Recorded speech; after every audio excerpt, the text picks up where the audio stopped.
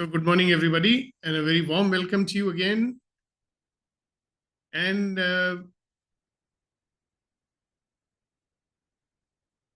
I was thinking that we have such a, huge bank of experience sitting over here. Reddy Garu, with so many years of experience of being a pioneer in his field,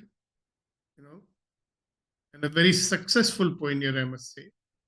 Then we have Kasa Sai, who is, what shall I say, a person who's chosen to do so many things so different from what everybody else would expect them to do.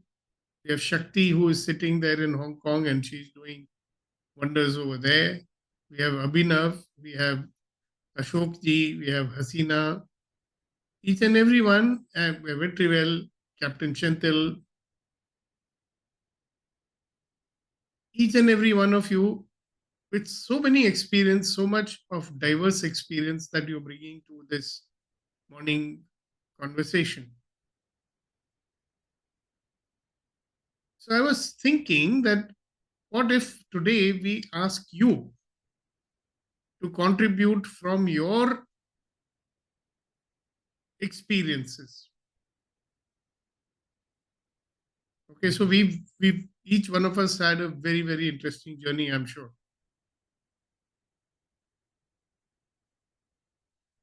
So which one of you would like to share the journey of your life and all the lessons that you picked up on the way? Okay, so today we will choose Vetrivel, because Vetrivel is the one who came from a small place in Tamil Nadu and today he is sitting in Dubai, right? I have personally seen him grow during the last 2-3 years of the Empowering Morning Conversations. Okay, so how about you, Vetri? Share your journey, in first person, what you experienced, what happened, how you grew, and how you became the person that you are today. Thank you very much, sir. It's so emotional, and thank you for asking me to share and giving me the time.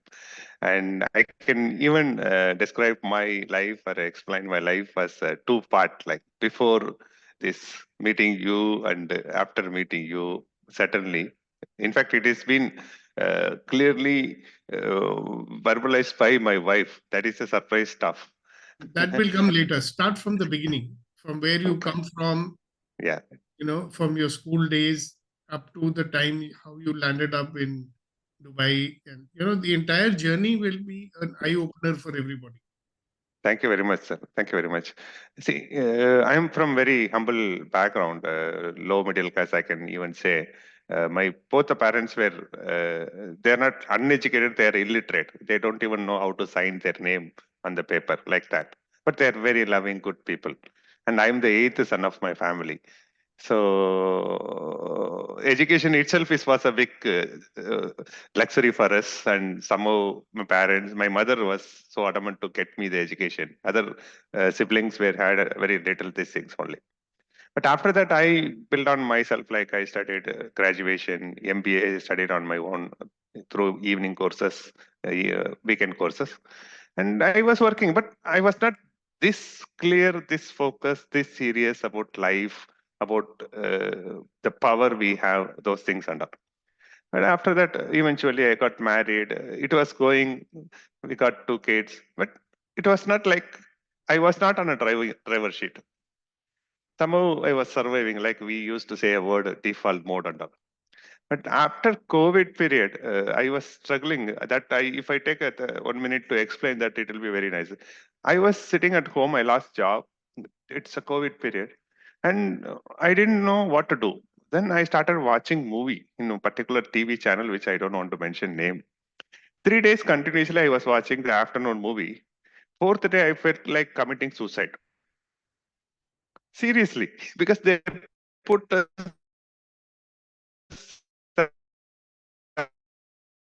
sad movie in such a way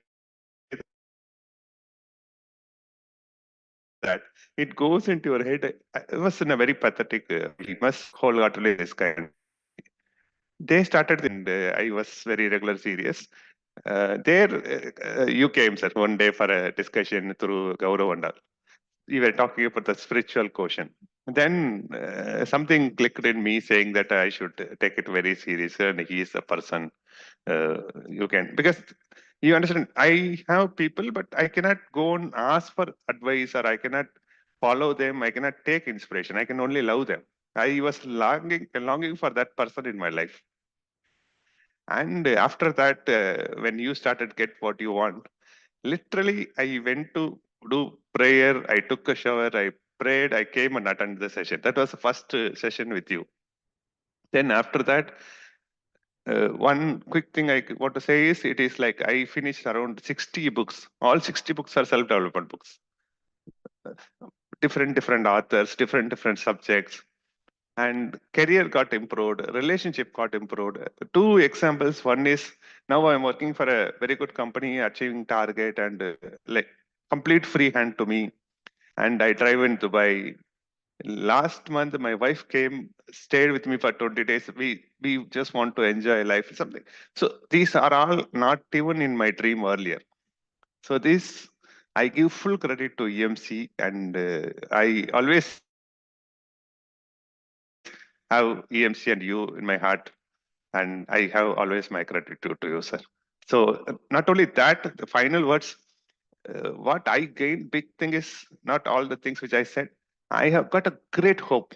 My future is so much excited, and I'm doing so many things towards that. That is the greatest gain I say I can. The hope you gave me, I would say thank you to you and the EMC, sir. Uh, Only this much I comes to me. Maybe I will share in the future, sir. Thank you for the time, and thank you for the space to share my journey. Over to you, sir.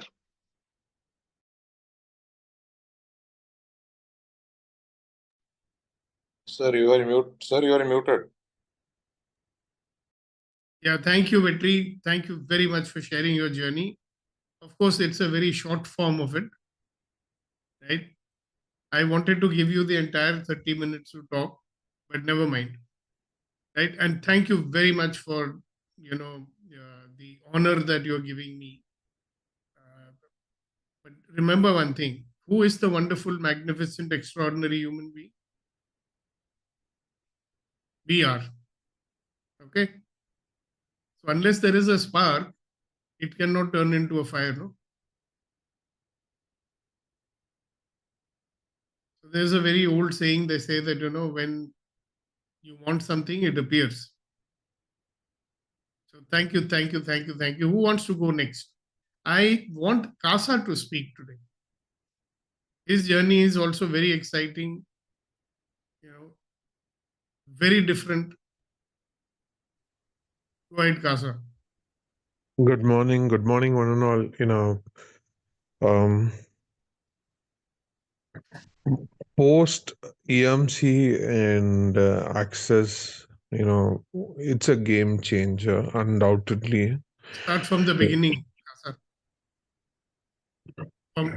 From your childhood, your journey, your lessons, your mistakes, Sure. and what you learned, and what makes you who you are today.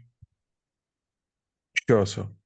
I would say I'm born with a golden spoon, um, and from a family where two of our companies got listed in 90s in the Bombay Stock Exchange, and my parents is a very conservative and orthodox family, and things started changing probably in 95 or 96. Probably I was 10, 11.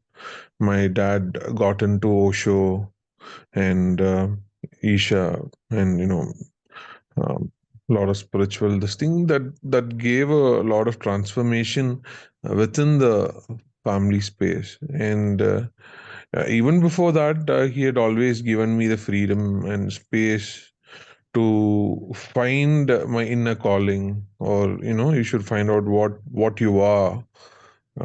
That's always been there. And I got my spiritual initiation at the age of 8. Um, and coming from a quite a wealthy and a sound family, I had an opportunity to learn a lot of things from the childhood, from business in other areas. And I started my career at 16 in movies. Then I came into the family business. I started working for the family. And somewhere with the challenges and things, then I got married. I got divorced. When challenges keeps coming at a point in time, you feel like why me? And I EMC is something like it's very close to my heart, and everyone in the community as well. Um, I lost my father on 2nd of April 2021, and I met Sarah on 14th of April 21 during the COVID second wave. And a big thanks to Shakti. She's the one introduced me to EMC. And then the rest is history. From a I lost a cousin who was much younger to me, and he is in a much better financial situation in a lot of other means. But whatever the situation and things, he couldn't cope up. I was thinking myself, what would have been my situation if I didn't have EMC, um, and access, and those are like magic. It's real magic, nothing short of anything. It has really helped in navigating a lot of things in every situation, and every situation, even be it success or failure, I'm embracing both. Oh wow, this is interesting. How does it get any better? People around me also feeling, hey, what is this guy? What is he up to? How crazy is this? So this is a phenomenal journey, um, and I've recently got my admission in the see, people might think you need money for everything, but beyond that also things can happen. The university was kind enough to break it into 3 parts over the 3 years, and I've got my admission for the doctorate in generative AI. And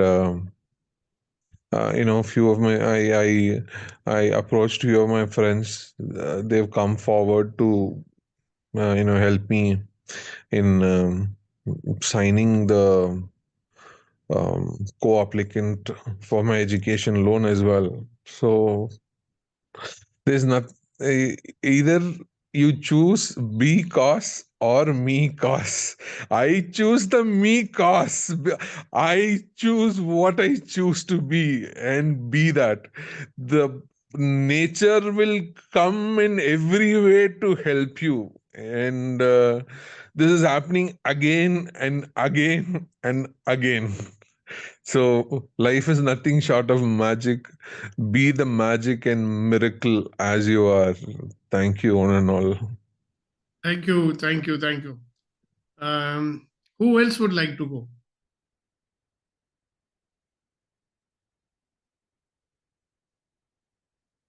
I mean, don't wait for me to ask you. Yes, Captain Saab. Thank you, sir. So I belong to a place called Dharmapuri, so that's where I was born. It's a small town. Born in an agricultural family, joint family. my father was taking care of the farms, whereas my Tau and my Chacha, they were all in government jobs. So childhood was good. But because my father was in the village, I had to stay with my Tau's house to go to school. And I probably when I was when I was a child, I was very calm, I would say, not very smart, but okay to child. And then in the second standard, I think I was not promoted to third standard. They said I'm lacking in studies. That was the first time I felt myself a sort of you can call it a shame, or because you go to the school and see your classmates have gone to the next and your juniors have you are sitting with your juniors. I still vividly remember, probably second standard means what? I must have been 6-7 years old, but it hurt. I felt that okay, this is not me. I need to improve. Probably now, when I look at hindsight, when I'm almost 50, probably that is where I really thank that moment, because of those days I felt I should improve, I should grow, I have capabilities. And from that third standard, I don't think I ever had such a failure. So as they say, if you want to fail, fail soon, right? Nowadays, many people say that if you want to fail, fail soon. Probably that helped me. That was my first failure in my life, you can say. Then things started moving, started becoming okay in studies. Not very bright, but at least average, above average. But in 8th standard, 9th standard itself, I was very clear. Probably some movie I would have watched, it inspired me that I should get into uniform, especially to become a pilot. And right from 8th grade, 9th grade, whenever the school teachers used to ask, everyone used to say engineering or medicine, and I was the only one. And another one friend used to say journalism, I used to say military, a pilot. And that is something really, when I look back, I feel that at least I was clear what to do in life at a very young age of, like, when I was studying in 8th standard. Then when I around 10th, 11th, I started in the NDA, appearing for NDA. NDA, of course, I didn't clear the written, but in the 12th standard, I appeared for the Air Force exam, airman exam, and I cleared it. And by the time of studies also, I was okay. I was getting 80%, 85%, like that. And I think my friends, my parents, just whatever I have asked, they were always. In fact, I would tell one incident, sir. And when we were a joint family, my dad was in farm, and I was staying at my house place. I was telling you, right? And one fine day, my Tauji sent me to my dad to get 35 rupees to pay for the school fees.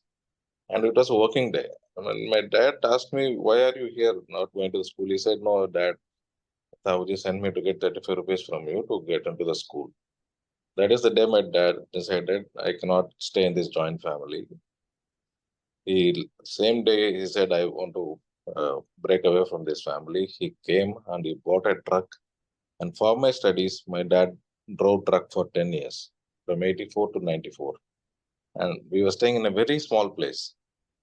It's a 10 by 10 room with 4 of us, my mom, dad, myself, and my sister. And being a son, I was privileged to go into the convent. My sister was in government school. I've seen worst of the days. We did not even have a bathroom attached, it used to be a common bathroom for all the 5-10. It's like a chawl kind of a setup. Those memories are very vivid, and I think, wow, for my own this thing, my parents are going through this, so I should be a good child.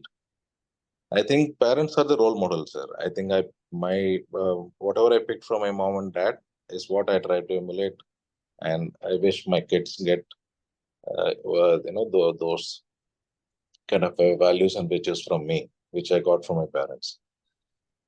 And then when I went into Air Force, first thing I said, Dad, stop this trucking. We are very so whatever you've done is enough for us. Then he moved out, and I got into Air Force. He got started a business. And my sister also was good in studies. She got into college, government medical nursing college. From there, life has been very good. Air Force, I did well. But again, when I joined, I saw I was not an officer. I need to become an officer. Then I focused. From there, whatever I have focused, I have been able to get, sir. Because I've seen so much young age, I've seen. It's not like in the young age I was very going through torture or something. But in a subtle way, these things have impacted. And my parents never felt, or they were always supportive. So those things helped me. So I would say when I look back now, I always been, I can say I'm more of a self-made, but with support from parents and love from siblings. And, then Air Force, then Army, became an officer. What I've learned in this journey, especially in the Air Force or in the Army, is that the officers, especially, they never give up. Anything, any target, they take it. I shared earlier also in our group. They don't take no as an answer. That is the first quality I observed when I was a man. I saw any officer, I never seen them saying, tough. They will just come and say, we have to do this.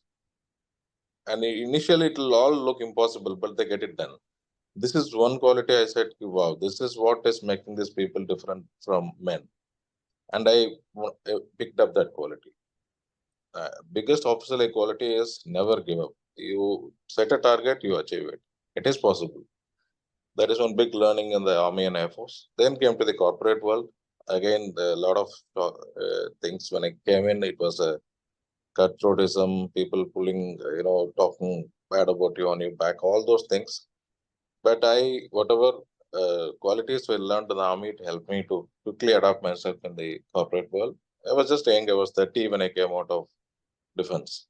Now 18 years in the corporate world, seen IT industry, seen telecom company. Again, went back to government for a while. And one thing, sir, in my life, I believe in providence. It has never let me down in any of the stage. Even when I wanted to move out of corporate to get into academics, I was ready to join as a teaching assistant at 50,000 rupees. I almost cleared all the interviews, but the chairman of that college, he said, no, Captain, you are not meant for this. He didn't give me the job of 50,000, where I was ready to take that job from 2 lakh rupees a month to 50,000. Then I got an opportunity after 2 years as a CEO. Salary was a little less, but at least the designation, it never, if you see my profile, assistant manager, senior manager, group manager, chief executive, and then chief security officer, chief nodal officer. Now I'm product manager, of course. So what I've seen, if only thing one philosophy in my life is that be true to yourself, be happy and keep the people around you happy. Rest God will take care. And that is the biggest learning I feel. Thank you so much for the opportunity, sir. Thank you, Shantil. Thank you. And thank you to Vetri and Kasa and Shantil, each and every one of you. I just want to share with you that, there are many turning points in our lives. And I think the Almighty sends people into your life at that time when you need that so much. For the last 3-4 days, I have been contemplating really, am I really making a difference? I mean, why am I doing this EMC? Why should I continue with it? The attendance is dwindling. Okay. Almost like people are getting bored with it. So why should I do it? And today morning, I was actually going to announce that that's the end of it. No more. Or if we do it, we'll do it once in a week, something like that. All these kind of thoughts were coming. And then I listened to Vetri's words. I listened to Kasha's words. I listened to Shantil's word. And I said, hey, I am making a difference,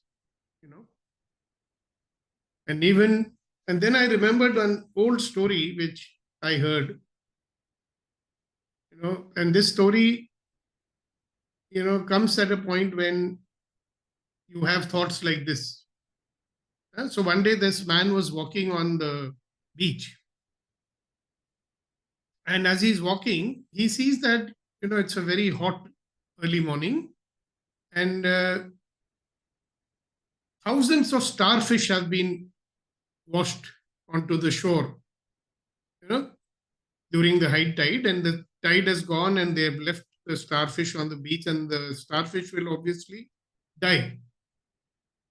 And he sees in a distance as one young fellow, he's doing some sort of a dance, and he is quite curious. He goes quite close to that fellow and he sees that his boy is picking up the starfish and throwing it into the sea.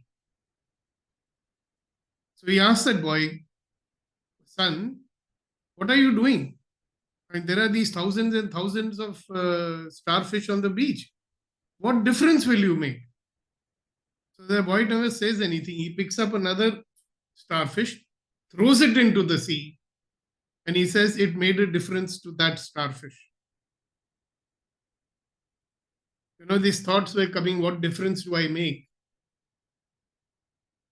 I just remembered that if it made a difference to Vetri, if it made a difference to Kasa, if it made a difference to Reddy Garu, it has made a difference to somebody. So thank you for appreciating and acknowledging it. It's given me the encouragement to carry on. Okay? And try and do better and better and give you guys more and more from whatever little I can. So thank you very much. Captain Saab wants to say something, I believe. Yes, sir. In fact, today morning, I was also very lazy. And I thought of, so what happened yesterday, day before, you were not there, right? You asked me to conduct the session. Yesterday I was there. Day before. Day before, when you asked us to conduct the session, moment some people joined, they saw you are not there, and then they dropped off. Okay. So what I meant to say, even today morning, I thought of what I'm feeling tired. What am I going to get from EMC kind of? But today, when I come here, I see, I heard, I never knew so much about Vetri. I never knew so much about Kasha. Same, even I shared something which you guys might not have heard earlier. But sir, I'm telling you, even we are 5 or 10 or 6, doesn't matter. If even one of us or two of us are there, it is worth doing EMC. And you are contributing so much in your lives that words are not enough to say thank you, sir. Let us not drop this till our end of our lives. EMC is something I think we should keep it on going. Let it be even 2 people or 3 people. Let us have it, and we owe big. You are like our godfather. Many times we have said, today, and again reiterating it, you are like our godfather. You even 1 or 2 in this group, you please never stop this. We will be there with you. Okay, so I promise you I won't. Thank I you. don't take my promises lightly. Thank you, sir. Thank you. Yes, Abhinav, thank you for sharing those words. Yeah, even today there might be only 9 people, like 8 people on call. But the kind, how these 8 people there, interact with the world is very different. There is things happening in my company, though it's just joined 3 months back, but some top management issues are happening there. I'm not part of it, but where I'm standing is that rather than right and wrong, where I'm standing is that everybody has a great life, and so so that that is a place to stand. Is like support is given to me by EMC. You see, it's all my life I have lived like ये तो राम है ये रावण है ये राम है ये रावण है he's great, like, but now I like, so I know it's only in story that there is one Ram and Ravan is Ram and Ravan is all within us, making a difference where I stand now. So even if there are some people, top management people in our company, and issues are happening, so I'm standing in that everybody has a great life. Thank you. Thank you, Abhinav. Thank you. So that is the difference, Deepak, you are making to the world. Thank you. Thank you, Abhinav. I'm feeling quite encouraged. Thank you very much. So, Hasina ji, do you have some shairi for us? Sir, you're far better off, sir, compared to Krishna. Krishna just had only one disciple, whereas you got 9 people, so you should be happy.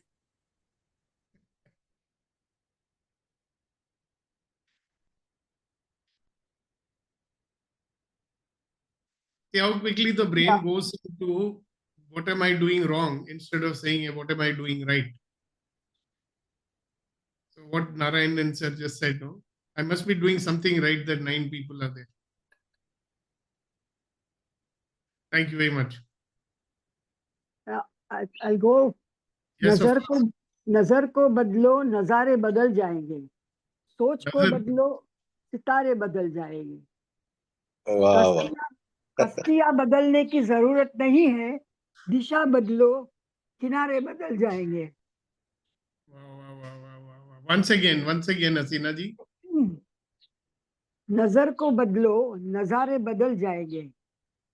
सोच को बदलो, सितारे बदल जाएंगे. कश्तियां बदलने की जरूरत नहीं, दिशा बदलो तो किनारे बदल जाएंगे. Thank you. Thank you, Hasina ji. Thank you. And well, guys, have a wonderful day. Wonderful people should have a wonderful day, no?